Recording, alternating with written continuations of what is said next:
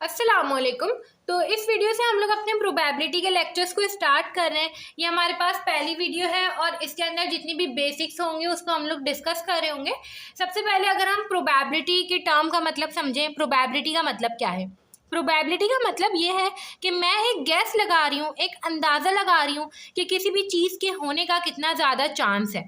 For example, मैं एक coin को टॉस करती हूँ, कितना ज़्यादा चांस है कि हेड आएगा या कितना ज़्यादा चांस है कि टेल आएगा, तो ये प्रोबेबिलिटी है। दूसरी एग्जांपल अगर हम देखें तो अगर हमारे पास एक बैग है, उसमें बहुत सारे मार्बल्स हैं, उसमें रेड मार्बल्स भी हैं और ब्लू मार्बल्स भी हैं। मैंने बिना देखे उसमें से एक मार्बल निकाला, तो कितना चांस है कि वो रेड मार्बल होगा या कितना चांस है कि वो ब्लू मार्बल होगा, तो ये भी हमारे पास प्रोबेबिलिटी है। प्रोबेबिलिटी का जो फॉर्मूला होता है वो ये होता है, number of favourable outcomes divide by total outcome. अब आउटकम का मतलब क्या है, ये जो हम लोग कॉइन को टॉस कर रहे हैं या ये जो मैं बैग में से मार्बल निकाल रही हूँ, तो ये जो है हमारे पास एक्सपेरिमेंट होता है। ठीक है, अब एक्सपेरिमेंट के नतीजे में जितने भी रिजल्ट निकल कर आते हैं ना हमारे पास, रिजल्ट मतलब कि जब मैंने कॉइन को टॉस किया तो या तो हेड आएगा या तो टेल आएगा। हेड एक रिजल्ट है, टेल एक रिजल्ट है, तो ये हमारे पास दो आउटकम्स हैं। ठीक है, रिजल्ट को हम लोग आउटकम कहते हैं।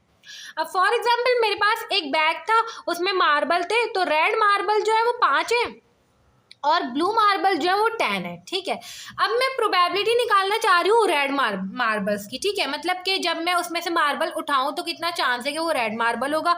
तो मैं फॉर्मूला किस तरीके से अप्लाई करूँगी, नंबर ऑफ फेवरेबल आउटकम्स, मतलब मुझे रेड की प्रोबेबिलिटी निकालनी है, तो मेरे लिए जो फेवरेबल आउटकम्स हैं, फेवरेबल रिजल्ट है, वो कितने हैं, वो 5 हैं।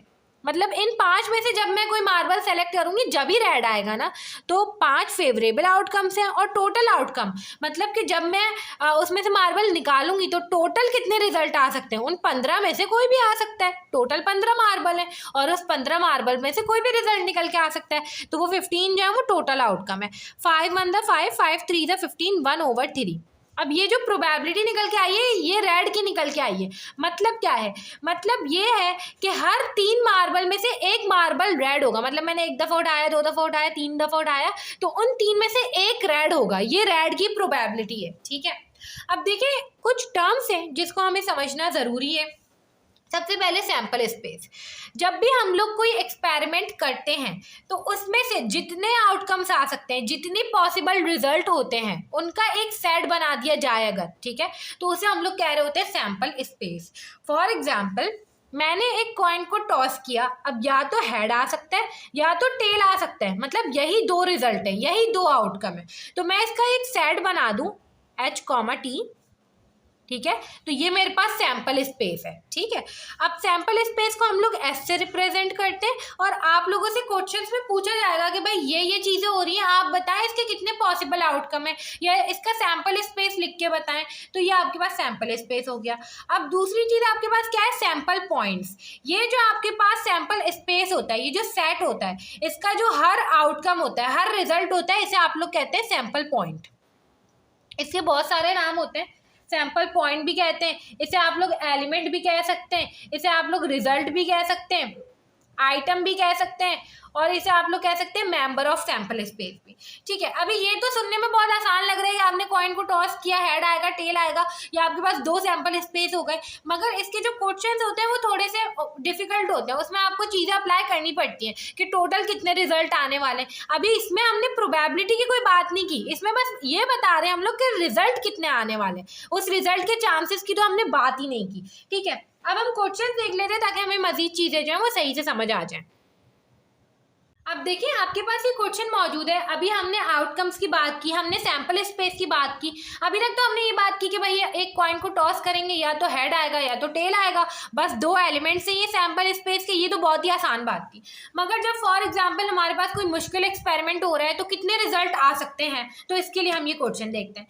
ये an experiment consist of flipping a coin and then flipping it a second time if a head occurs, if a tail occurs on the first flip then a die is tossed once, list the elements of a sample space। मतलब क्या है, एक experiment हो रहा है, ठीक है, और उस एक्सपेरिमेंट के नतीजे में जितने भी रिजल्ट्स आने वाले हैं उन सबको हमने लिस्ट करना है। ठीक है, मतलब क्या क्या हो सकता है, जितने भी आउटकम्स आ सकते हैं वो सब हम लिस्ट करेंगे। अब देखें एक्सपेरिमेंट क्या है, फ्लिपिंग अ कॉइन, हमने एक कॉइन को फ्लिप किया and then flipping it a second time if a head occurs, अगर उस कॉइन को फ्लिप करने में हेड आता है, ठीक है, तो आप वापस से एक कॉइन को फ्लिप करो, ठीक है, और अगर पहले वाले कॉइन को फ्लिप करने में टेल आता है तो आप डाई को टॉस करो। डाई या डाइस पता नहीं क्या कहते हैं, वो छक्का जिसमें 1 से लेकर 6 तक कोई भी रिजल्ट आ सकता है। अब इस तरीके से बताने में तो बहुत ही मुश्किल है, कितने रिजल्ट्स आ सकते हैं। फॉर एग्जाम्पल आपने पहले जब पहले कॉइन से हेड आया तो क्या पता दूसरे कॉइन से भी हेड आया हो, पहले कॉइन से हेड आया तो दूसरे कॉइन से टेल आया। अब जब पहले कॉइन से टेल आया तो आपने क्या कहा कि भाई डाई को टॉस करो, उस डाई से क्या पता 1 आया हो। फिर जब दूसरे पहले वाले कॉइन से टेल आया तो क्या पता डाई से 2 आया हो, फिर पहले वाले कॉइन से टेल आया तो डाई से 3 आया हो, पहले वाले कॉइन से टेल आया तो डाई से 4 आया हो। इसी तरीके से 5 और 6 ये हमने सेट बना लिया, ठीक है। ये तो एक बहुत ही आसान सा क्वेश्चन था, इसमें सेट बनाने में कोई मुश्किल नहीं थी, ठीक है।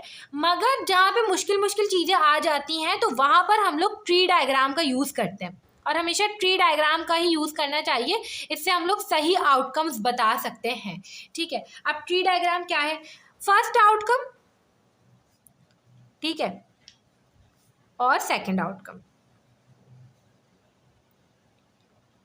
और यहाँ पे हम लोग सैम्पल पॉइंट्स जो कि हमें निकालने हैं, ये सारे हमारे पास सैम्पल पॉइंट्स हैं, ठीक है, यही हमें निकालने थे। अब देखें फर्स्ट आउटकम क्या है, हमने ये बोला जब पहला कॉइन को हम लोग फ्लिप कर रहे हैं तो या तो हेड आएगा या तो टेल आएगा, तो या तो हेड आएगा इसमें या तो टेल आएगा, ठीक है। फिर उन्होंने बोला कि अगर हेड आए तो क्या करो, दूसरी दफा उसी कॉइन को, मतलब दूसरा कॉइन ले लो या वही कॉइन ले लो, एक कॉइन टॉस करो। अब उस कॉइन का रिजल्ट क्या हो सकता है, या तो हेड आ सकते हैं या तो टेल आ सकते हैं। और इन्होंने कहा कि अगर इस कॉइन में से, पहले वाले कॉइन में से टेल आया हो तो क्या करो, डाई को टॉस करो, मतलब उसमें 6 आउटकम्स आ सकते हैं, 1 आ सकता है, 2 आ सकते हैं, 3 आ सकते हैं, 4 आ सकते हैं, 5 आ सकता है, 6 आ सकता है, ठीक है। तो अगर हेड आया पहले वाले में तो आपने कॉइन को फ्लिप किया तो उससे 2 रिजल्ट आ गए, और अगर टेल आया तो आपने डाई को टॉस किया। तो यहाँ से आप सैम्पल पॉइंट निकाल लें। सैम्पल पॉइंट पहले क्या आ रहा है, हेड आ रहा है, दूसरा क्या आ रहा है, हेड टेल आ रहा है, तीसरा क्या आ रहा है, T1 आ रहा है, T2, T3, T4, T5 और T6। तो यहाँ पर जितने भी सैम्पल पॉइंट्स निकल गया है आप उसका सेट बना लें, HH, HT, T1 एंड ये पूरा एज इट इज, ये हमारे पास आंसर आ गया। तो इस तरीके से करके हम लोग जो है ट्री डायग्राम के जरिए सैम्पल पॉइंट्स इजीली निकाल सकते हैं। आप लोग खुद से भी देख के निकाल सकते हैं अगर आपको समझ में आ रहा है, मगर ट्री डायग्राम से करना ज़्यादा बेहतर है। अगर ये चीज़ अभी भी समझ में नहीं आई तो एक और एग्जाम्पल देख लेते हैं ताकि चीज़ें क्लियर हो जाए। अब देखिए हमारे पास ये एक और क्वेश्चन मौजूद है सैम्पल स्पेस के एलिमेंट्स को समझने के लिए। Suppose that 3 items are selected at random from a manufacturing process, each item is inspected and classified defective and non defective, list the elements of sample space. एक experiment हुआ। Experiment क्या था कि हम 3 आइटम सेलेक्ट कर रहे हैं, सही है, और वो जो 3 आइटम सेलेक्ट कर रहे हैं उसमें से कितने आउटकम्स बन सकते हैं, कितने रिजल्ट आ सकते हैं, हमें उसका सेट बनाना है, सैम्पल स्पेस बनाना है, ठीक है। अब किस तरीके से, वो जो प्रोसेस है मैन्युफैक्चरिंग प्रोसेस कोई चल रहा है और वो जो 3 आइटम्स हैं हमने उसमें से सेलेक्ट किए, हर आइटम को हम क्लासीफाई कर रहे हैं as defective and non defective. Defective को डी से डिनोट कर रहे हैं और नॉन डिफेक्टिव को एन से डिनोट कर रहे हैं। अब सैम्पल स्पेस किस तरीके से बनेगा, सैम्पल स्पेस ऐसे बन सकता है कि भाई क्या पता पहला आइटम जो है वो डिफेक्टिव हो, ठीक है, दूसरा आइटम भी डिफेक्टिव निकल के आए, तीसरा आइटम भी डिफेक्टिव निकल के आए, एक ये बन गया, एक ये रिजल्ट आ सकता है उस एक्सपेरिमेंट का। दूसरा ये आ सकता है कि क्या पता पहला आइटम डिफेक्टिव हो और हमारे पास दूसरा भी डिफेक्टिव हो मगर तीसरा नॉन डिफेक्टिव हो। ये आ सकता है कि भाई पहला आइटम जो है वो डिफेक्टिव हो, दूसरा नॉन डिफेक्टिव हो, तीसरा डिफेक्टिव हो। इस तरीके से पहला डिफेक्टिव हो और फिर दोनों ही नॉन डिफेक्टिव हो। इसी तरीके से क्या पता पहला ही नॉन डिफेक्टिव निकल कर आए और बाकी दोनों डिफेक्टिव निकल कर आए, ठीक है। तो मतलब फॉर एग्जाम्पल बहुत सारे, ठीक है, मतलब कि अगर आप देखें तो आप खुद कंफ्यूज हो जाएंगे, ऐसे आप बना ही नहीं सकेंगे। तो इसके लिए हमारे पास जो आसान तरीका है वो हमने डिस्कस किया, क्या है, ट्री डायग्राम। अब इसकी ट्री डायग्राम कैसे बनेगी, फर्स्ट आइटम, सेकंड आइटम और थर्ड आइटम, और यहाँ पे हम लोग बना देते हैं सैम्पल पॉइंट्स।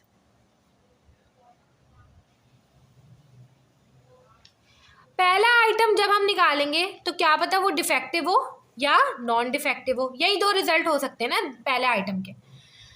ये डिफेक्टिव जब हो, ये हमने जब डिफेक्टिव निकाल लिया तो दूसरा आइटम क्या पता डिफेक्टिव हो या नॉन डिफेक्टिव हो। दूसरा आइटम भी फॉर एग्जाम्पल डिफेक्टिव निकल के आ गया तो तीसरा आइटम क्या पता डिफेक्टिव हो या नॉन डिफेक्टिव हो। जब दूसरा आइटम नॉन डिफेक्टिव निकल के आया तो क्या पता तीसरा आइटम डिफेक्टिव या नॉन डिफेक्टिव हो। इसी तरीके से जब पहला आइटम ही नॉन डिफेक्टिव निकल के आ गया तो क्या पता दूसरा आइटम डिफेक्टिव हो या नॉन डिफेक्टिव हो। और क्या पता जब पहला नॉन डिफेक्टिव आया और दूसरा डिफेक्टिव आया तो क्या पता तीसरा आइटम डिफेक्टिव हो या नॉन डिफेक्टिव हो। या क्या पता जब दूसरा आइटम नॉन डिफेक्टिव आया हो तो क्या पता तीसरा आइटम डिफेक्टिव हो या नॉन डिफेक्टिव हो। अब बनाए sample point D D D D D N, यहाँ से देखना शुरू करा करें आखिरी से, ठीक है, ताकि आप सारे जो है ना वो ले सके। डी डी डी, अब डी डी एन, अब क्या है भाई डी एन डी, लिखिएगा सही से ही, कहीं ऐसा ना हो D N N D, N N D में दे कैसे रही हूँ तो आप एन एन डी लिख देना। ही नहीं, लिखना शुरू से ही है, बस देखने का तरीका बता रही हूँ कि छूटे नहीं, ठीक है। फिर हो जाएगा D N D, D N N, फिर हो जाएगा एन डी डी, फिर हो जाएगा N D N, N N D, N N N. ये आपके पास सारे सैंपल पॉइंट्स आ गए, इसको लिख दें सैंपल स्पेस में। D D D, D D N, D N D, D N N, N D D, N D N, N N D और N N N. Total हमारे पास कितने सैंपल पॉइंट्स निकल के आए 8। तो मतलब कि जब हमने ये एक्सपेरिमेंट किया उसमें से आइटम्स निकाले, 3 आइटम्स निकाले, तो इतने 8 पॉसिबल आउटकम्स आ सकते हैं। रिजल्ट जो है वो इन 8 में से कोई एक ही होगा, ठीक है। और अभी अगर आप गौर से देखें तो हमने शुरू में प्रोबेबिलिटी की डेफिनेशन डिस्कस करी थी, इसमें हमने अभी प्रोबेबिलिटी नहीं निकाली है। प्रोबेबिलिटी का मतलब ये होता है कि मैं ये देखती इसके आने का कितना चांस है, इसके आने का कितना चांस है, इसके आने का कितना चांस है। अभी मेरी जो बात है वो सिर्फ रिजल्ट तक ही है कि कितने पॉसिबल आउटकम आ सकते हैं, कितने रिजल्ट आ सकते हैं। अभी हमने प्रोबेबिलिटी को बिल्कुल भी डिस्कस नहीं किया। तो इस वीडियो के अंदर हमने सैंपल स्पेस और सैंपल पॉइंट्स को डिस्कस किया था, और हमने क्या देखा कि भाई ट्री डायग्राम कैसे बनाई जाती है ताकि हम लोग सारे एलिमेंट्स जो है वो सैंपल स्पेस के ठीक से लिस्ट कर सकें। आगे का जो काम है वो हम नेक्स्ट वीडियो में करेंगे।